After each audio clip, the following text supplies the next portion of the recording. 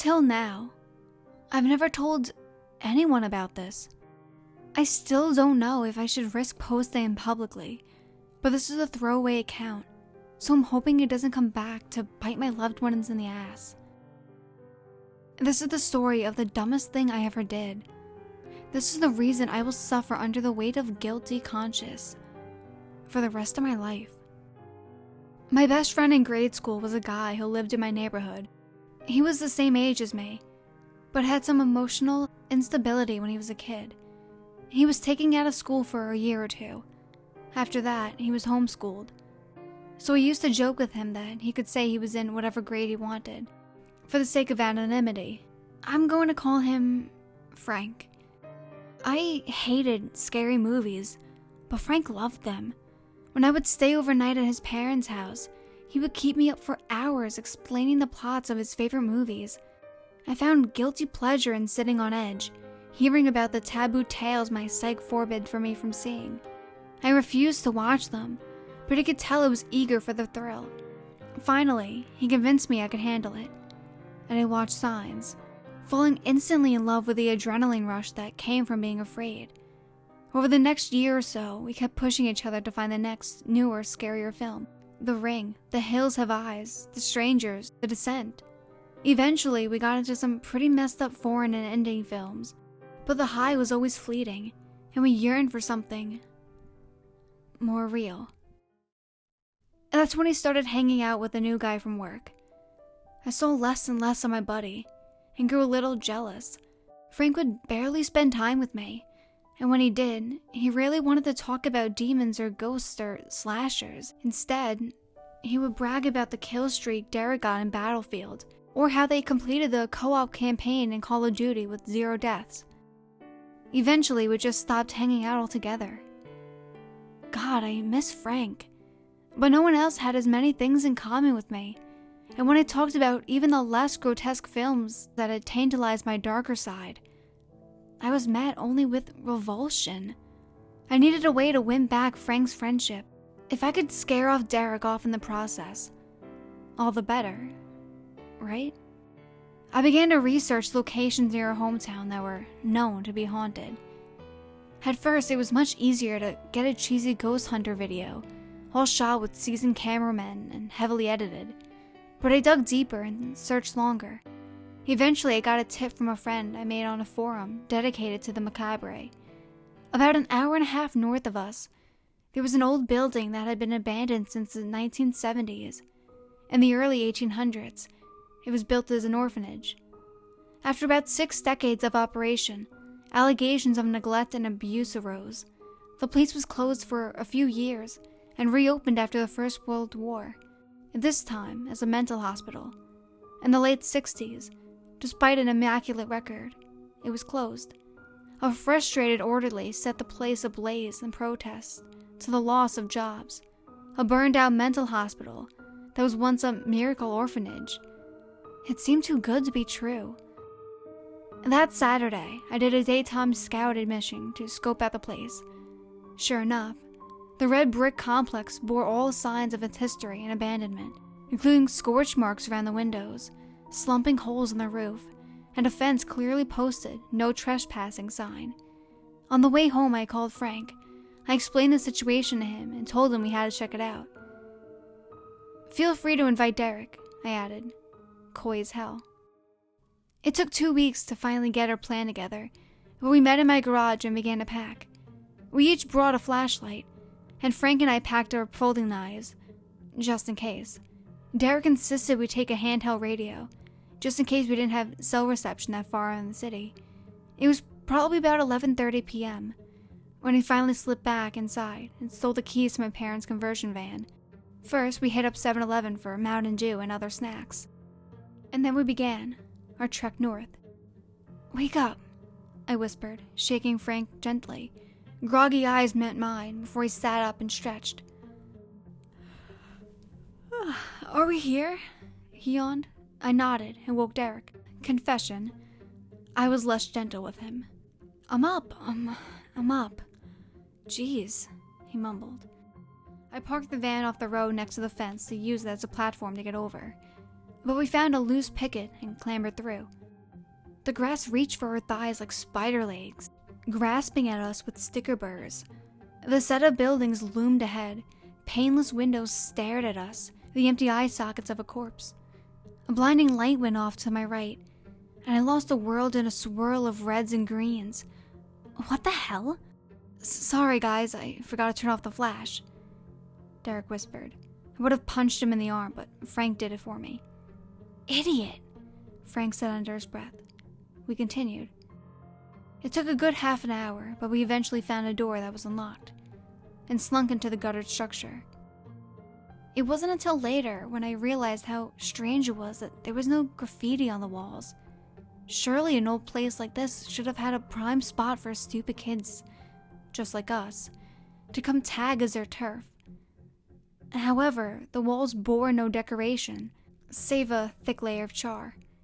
The whole place was silent, but it carried an air of anticipation, like the pause before the next track of an album. With extreme care, we picked our way through the wreckage, looking for God knows what. A scare? A thrill? We shouldn't be here, guys, Derek whimpered. Don't be such a— Shut up! Frank's voice strained with his arm as he clenched me to keep me from taking my next step.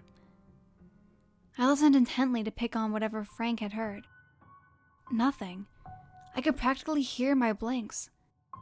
I began to shrug off Frank's grip when he shushed me again.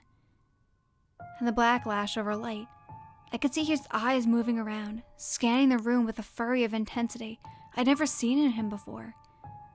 The rest of his body remained stiff. What I heard still gives me goosebumps. A faint, so faint it could have been my imagination. And lifting melody stole my courage as soon as I was sure there was music. It stopped. I don't know how long we waited to hear it again, but it had to have been an hour or more. Eventually, we all doubted ourselves and decided to press further into that damned place. Just remembering the eerie look of the blackened metal bed frames and soot-covered floor makes it hard to keep typing. We worked our way into what we guessed was a lobby. In the middle of the open space was a small depression in the floor, with a warped figure in the center. We supposed that it started as a fountain. The heat of the flames had disfigured the face in the statue. It still held an unpended urn, but the head had a mockery of human features. A garish mouth hung open, and a gaping scowl, and the left eye had drooped, to be even with a bulbous nose. I didn't know your mom posed for statues, Frank chuckled to me, cutting the tension. Before I could laugh, I noticed a shape on the floor in the fountain. I pointed my light at it, and saw that it was something wrapped in a sheet. It was roughly cigar-shaped, with a reddish-brown stain at one end, and a sicky yellow splotch near its thickest point. It took my brain eons to interpret what I was seeing. I still wonder if I could have been wrong. Is that a body? I didn't really want to know. I just wanted to leave. But then, we heard a lullaby, interrupted occasionally by the footsteps of a broken gate.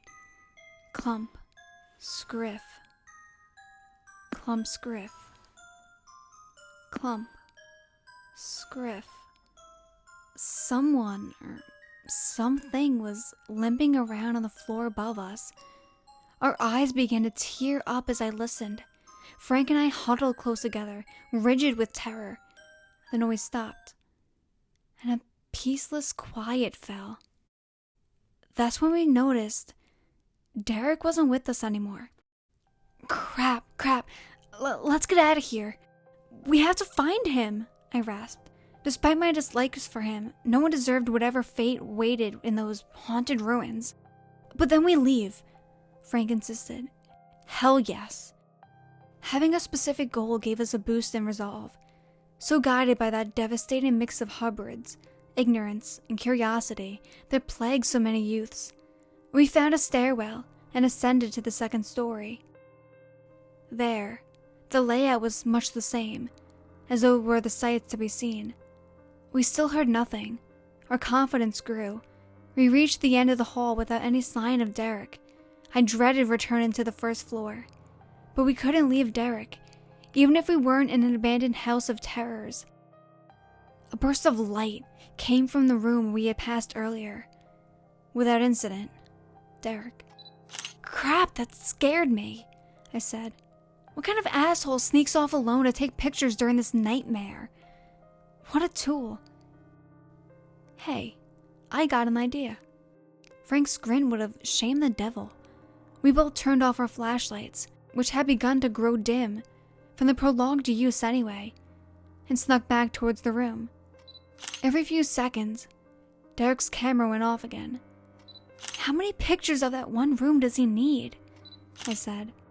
Frank just chuckled at the heart attack we were about to cause. When we reached the room, the flash was still blasting forth at regular intervals. We crouched just outside the door frame. I looked at Frank. He held up 3 fingers to silently count us down. 3, 2, 1. Our boo drowned in our shrieks. Derek's limp body hung from a noose in the room, his camera sitting on a nearby piano. Flash. The lullaby returned, clearly coming from the instrument. The keys moved as the phantom fingers caressed them. Flash. The heavy dragging footsteps were approaching from behind. Flash. Terror resigned in my mind and I flew. Flash. I hit something on the way out of the room, knocking it to the floor. Flash. My feet pounded away from the ash. In the maze-like hallways, I had lost a sense of direction, so the door I escaped from was not the one I entered at. I ran harder and faster than I can ever remember running.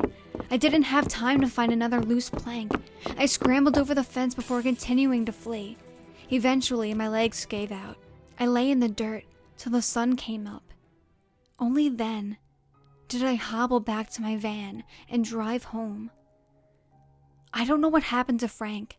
No one knows I was with Derek and him the last time they were seen. At the time, I was too afraid they'd be found dead, and I'd be the only suspect. Now, I don't even care. But I can't live with this guilt any longer. I abandoned my best friend. I just needed someone to know the truth before I go. I wish I could have been cut from a more noble cloth.